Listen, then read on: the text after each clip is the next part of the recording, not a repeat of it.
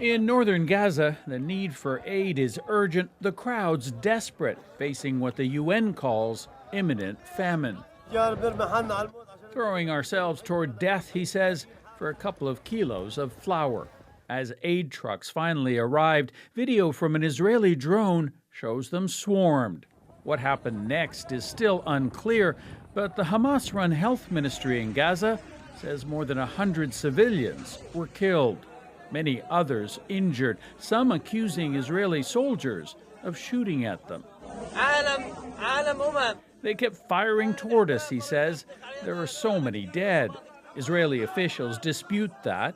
No IDF strike was conducted towards the aid convoy. This tank did fire a warning shot in the air, he says, but the crowd's to blame. Some began violently pushing and even trampling other Gazans to death, looting the humanitarian supplies. Still, a different military spokesman said soldiers did fire at Gazans. So when people that are perceived as a threat continue to move forward towards the forces, despite the warning shots, the threat is still perceived.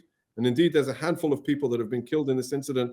There is concern in the U.S. We are urgently seeking additional information on exactly what took place. Washington's been pushing for a deal for a ceasefire between Israel and Hamas. U.S. President Joe Biden was asked if this incident complicates negotiations. I know it will. It's also brought more criticism of Israeli military actions from the UN and from Canada. I think the violence must stop. I think civilians can not be targeted. And anguish from this Palestinian builder who now spends all his time making graves.